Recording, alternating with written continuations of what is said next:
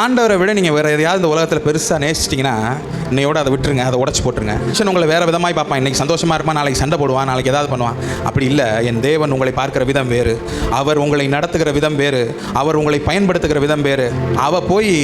அவர் காலடியில் அந்த பரிமள தைலத்தை உடச்சி போட்டா, அது விலை உயர்ந்ததால் விலை மதிப்பிட்டதாக இருந்தாலும் கூட அவரோட இதெல்லாம் எனக்கு பெரிய விஷயமே இல்லை, அதனால நான் அதை உடச்சிட்டேன்னு சொல்லி அங்கே போய் உடச்சி போட்டால், இன்று ஆண்டவரை எனக்கு இந்த உலகத்தில் உங்களை தாண்டி எனக்கு வேறு வழியே கிடையாது, நீங்கள் மட்டும்தான் என் வாழ்க்கை, என்னோட எல்லாமே நீங்கள் தான், நான் வாழ போகிற மிச்ச வாழ்க்கையை நீங்கள் தான் நீங்கள் யோசிச்சிட்டிங்கன்னா, இன்றைக்கி உங்கள் வாழ்க்கையில் அவரை தவிர வச்சிருக்கிற எல்லா பெரிய விஷயங்களையும் உடச்சி போட்டுருங்க. நான் விசுவாசிக்கிறேன். கையை தட்டி ரிசீவ் பண்ணுங்கள். கர்த்தர் உங்கள் வாழ்க்கையில் அந்த பெரிய காரியத்தை செய்து முடிப்பார். நீங்கள் மலை போல எண்ணிக்கொண்டிருக்கிற அந்த பெரிய பர்வதத்தை உடச்சி நொறுக்கி சின்ன பின்னமாக்கி அவர் பக்கத்தில் உங்கள் பக்கத்தில் வந்து உட்காந்து, என்ன மகளே, என்ன மகனே, உனக்கு என்ன வேணும்னு கேட்க அவர் வல்லமை உள்ளவராக இருக்கிறார். எத்தனை பாடுகள் வந்தாலும், எத்தனை போராட்டம் வந்தாலும், என்ன வந்தாலும் நான் இருக்கேன் உன் பக்கத்தில். நீ என்ன, உனக்கு என்ன பிரச்சனை, உனக்கு என்ன பிரச்சனை, நீ ஓடிக்கிட்டே இரு, நான் வரேன் உன் பண்ண பக்கத்தில்னு சொல்ல என் தேவன் இருக்கேன்.